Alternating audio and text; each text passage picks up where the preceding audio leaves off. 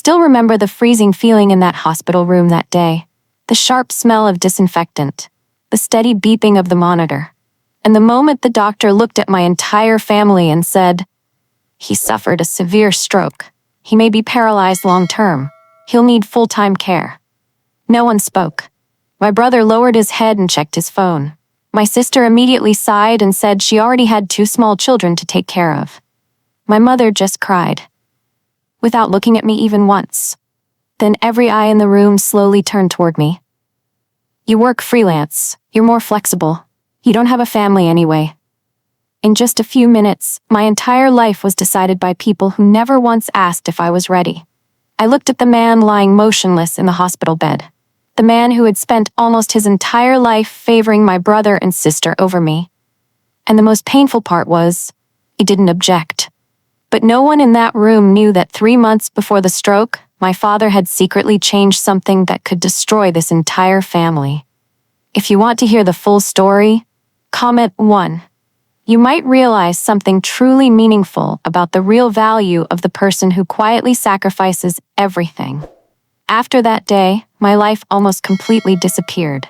The small apartment I rented in Seattle slowly became nothing more than a place to rush home, take a quick shower, and run back to my father's house. I canceled contracts with 2 major clients. My career started collapsing so fast that my savings account shrank week by week. But in my family's eyes, it was simply expected. My brother only called when he wanted updates about Dad's condition. My sister posted photos from weekend trips to Napa Valley with her husband, captioning them, "So grateful my sister is taking care of Dad for the whole family." Every time I read it, my throat tightened, because they never saw the nights I stayed awake while Dad cried out in pain. The moments he angrily knocked a bowl of soup onto me because I was feeding him too slowly.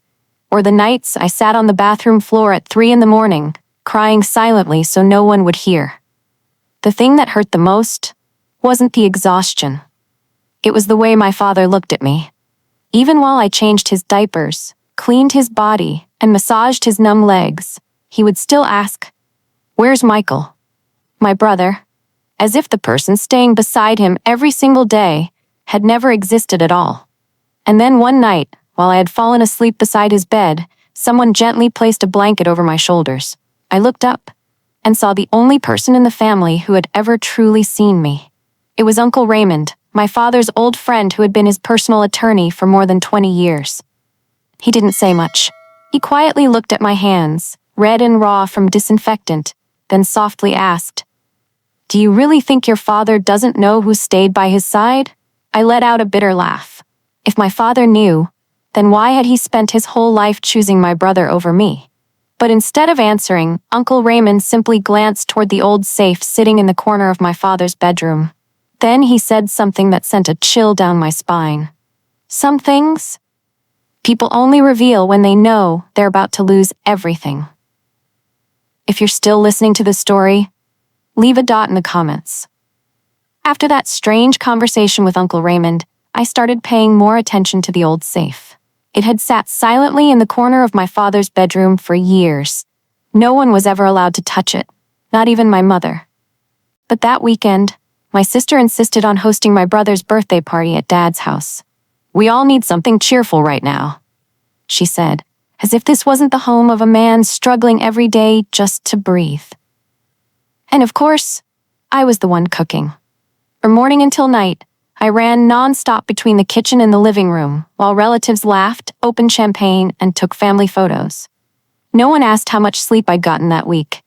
Then, once everyone sat down for dinner, my sister suddenly laughed and said, "Good thing she's not married and doesn't have kids. Otherwise, who would have time to take care of Dad like this?" The entire table burst into laughter. My brother even raised his glass. Every family needs one person whose job is to sacrifice. I stood there frozen, my hands still covered in hot sauce. No one noticed. My father was watching everything from his wheelchair near the window. Then, before the laughter had even faded, the hand that hadn't moved in months suddenly twitched. The glass slipped from his hand and shattered on the floor. The whole room instantly went silent. And for the first time in months, my father looked directly at me with a completely different expression in his eyes. The shattered glass silenced the entire room for several long seconds. My mother was the first to jump up. My brother immediately rushed over, acting in front of everyone like he had always been the devoted son. My sister panicked and called Dad's private doctor. But my father didn't look at any of them. His eyes stayed fixed on me. That night, after all the guests had finally left, my phone rang. It was Uncle Raymond. His voice was low and serious. "Your family needs to be at my law office within the next 72 hours. There are documents that must be confirmed before it's too late." Before I could ask another question, he hung up. And almost immediately, everything changed. My brother started showing up at the house every day. My sister brought soup and fruit while constantly posting photos online about taking care of Dad. Even my mother suddenly began talking about family unity. But the strange thing was, my father became visibly irritated whenever they stayed near him for too long. He only calmed down when I was beside him. On the second night, around 2 a.m, I was replacing the cold towel on his forehead when my father's trembling hand suddenly gripped my wrist. He struggled painfully to say something. I leaned closer, and then I heard 3 words that made my heart pound so hard it almost hurt to breathe. Drawer, key. I barely slept that entire night. My father's 3 words kept repeating in my head. Drawer, key. Around 4 a.m, when the entire house had finally gone quiet, I walked into his old office. The bottom drawer had been locked for years. My hands trembled as I opened it with the small key I found hidden beneath a family photo frame. Inside was only a brown envelope, and the key to the safe. My heart pounded so hard I could barely breathe as I turned the old lock in the corner of my father's bedroom. Click. The safe door slowly opened. Inside wasn't cash or gold like I had always imagined. It was the family company records, trust fund documents, a newly updated will with notarized signatures, and on top of everything, a handwritten letter from my father. I opened it with shaking hands. By the time you read this letter, I may no longer have the strength to say everything myself. I had to stop for a few seconds before I could continue. Michael and Vanessa always believed the thing I valued most was success, but the only person who stayed when I had nothing left to offer was you. Tears fell onto the page. Then my eyes landed on the final line. From this day forward, all authority over the family assets and trust belongs to you. The next morning, I could barely look my brother and sister in the eyes. Not because I was afraid, but because I finally understood why my father had silently watched everything for so long. At exactly 10 o'clock, the entire family gathered at Uncle Raymond's law office. My brother walked in first, wearing a confident smile. In front of the relatives, he even patted my shoulder. "Don't worry," he said. "I'll take care of you from now on." My sister laughed. She worked so hard taking care of Dad, she's probably hoping for a bigger share of the inheritance. A few quiet laughs spread across the room. I stayed silent at the far end of the table, my hands tightly gripping the letter hidden inside my pocket. Then Uncle Raymond walked in. He didn't sit down immediately. He slowly placed a thick folder in the center of the table.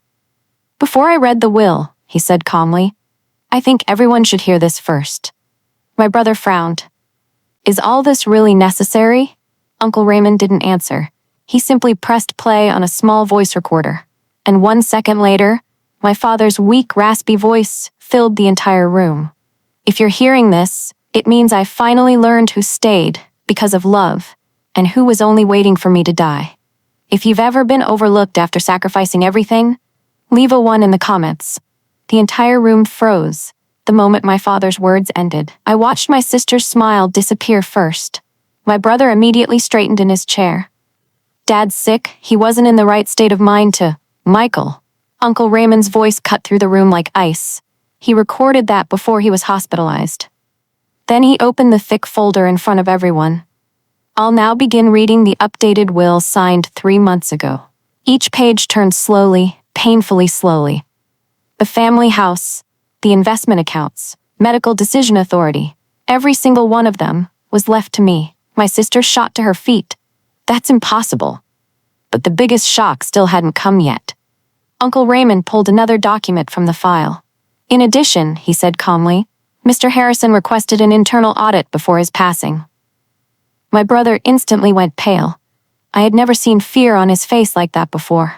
For the past 3 years, Uncle Raymond continued, Michael secretly withdrew more than $280,000 from the company fund. The air seemed to vanish from the room. My mother started crying, and my brother could only stammer, I was going to pay it back. Then Uncle Raymond placed the recorder directly in front of me. My father's voice echoed through the room one final time. The child who made me proudest was the one who stayed when I became a burden. No one left the room after that, but everything had completely changed.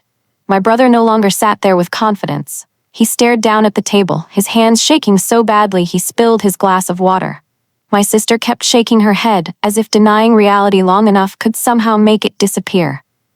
And my mother, she looked at me with the expression I had waited almost my entire life to see. No disappointment. No more looking at me like the child who was supposed to sacrifice everything. Only regret. You know your brother's been struggling, she whispered, her voice almost pleading. If this gets out, his career will be over. I let out a quiet laugh. Funny, isn't it? During all those months I stayed awake caring for Dad. No one ever asked if I was okay. But after one single morning, the entire family suddenly started caring about each other's feelings. My brother finally stood and walked toward me. For the first time in my life, his voice softened. Can you give me a chance to make this right? I looked at the man our family had protected for years, and then I realized the most painful truth of all. They weren't truly afraid of losing me. They were afraid of losing what my father had left behind for me. That night, I returned to the hospital later than usual. The hallway was so quiet I could hear the wheels of a nurse's cart rolling somewhere at the far end. When I walked into the room, my father was still awake. The dim yellow light cast across his face made him look so much older. For the first time in months, his eyes searched for me first. I pulled a chair beside his bed. Neither of us spoke for almost a full minute. Then my father slowly lifted his trembling hand. The documents, he whispered heavily.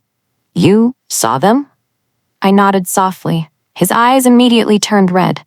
Maybe for the first time in my life, I saw my father not as a man who controlled everything, but as someone deeply afraid. I know, he said in broken breaths. They only came back because of the money. I stayed silent, because the truth was, I had known that for a long time. But it was his next sentence that truly broke something inside me. The person I failed most was you. I lowered my head quickly, not wanting him to see my eyes filling with tears. My father closed his eyes for a few seconds before continuing. I kept thinking, if I favored Michael, the family would stay peaceful. So I let you carry everything for far too long. Outside the window, rain slowly began to fall, and I sat there, hearing the apology I had waited almost my entire life to hear. 3 weeks after that conversation, my father passed away on a quiet morning under a light drizzle. The funeral was far calmer than I expected. There were no arguments over money, no competitive stares like the ones in the lawyer's office that day. Maybe because, for the first time, everyone finally understood. My father had seen everything all along. My brother left the family company shortly after the audit. My sister stopped reaching out as often, and my mother began calling me more, though a distance still remained between us. One that couldn't disappear after only a few apologies. I sold the old house a few months after the funeral. On the day I signed the transfer papers, I stood alone in the empty living room for a long time. That house had witnessed almost every painful memory of my life. But strangely, I wasn't angry anymore. I just felt free. I moved into a small house near the ocean in Portland. No one knew the address, except Uncle Raymond. One afternoon, while we were drinking tea on the porch, he looked at me and quietly said, "Some people spend their whole lives trying to be recognized. But sometimes, your true value only becomes clear when others no longer have anything left to use you for." This time, I didn't cry. I simply smiled in silence. 1 year after my father passed away, my life finally became peaceful, in a way I never believed I deserved. Mornings in my small house near the ocean began with the sound of waves and the smell of hot coffee. No more midnight phone calls. No more feeling like I had to prove my worth by sacrificing myself for everyone else. I still keep my father's final letter in the drawer beside the window. Some rainy nights, I take it out and read it again. not to remember the pain, but to remind myself that some people spend their entire lives not knowing how to love properly. Until they're faced with losing everything. My mother still sends me occasional messages to check on me. My brother has started over at a smaller company, and I no longer carry the same bitterness I once did. Because after everything, the most valuable thing my father left me wasn't the house or the money. It was the understanding that a person's value is not measured by how much they sacrifice, but by whether they love themselves enough to stop living for other people's approval. And if you've listened to this story all the way to the end, leave a 2 in the comments. Maybe somewhere out there, someone else also needs to be reminded that they deserve to be truly loved.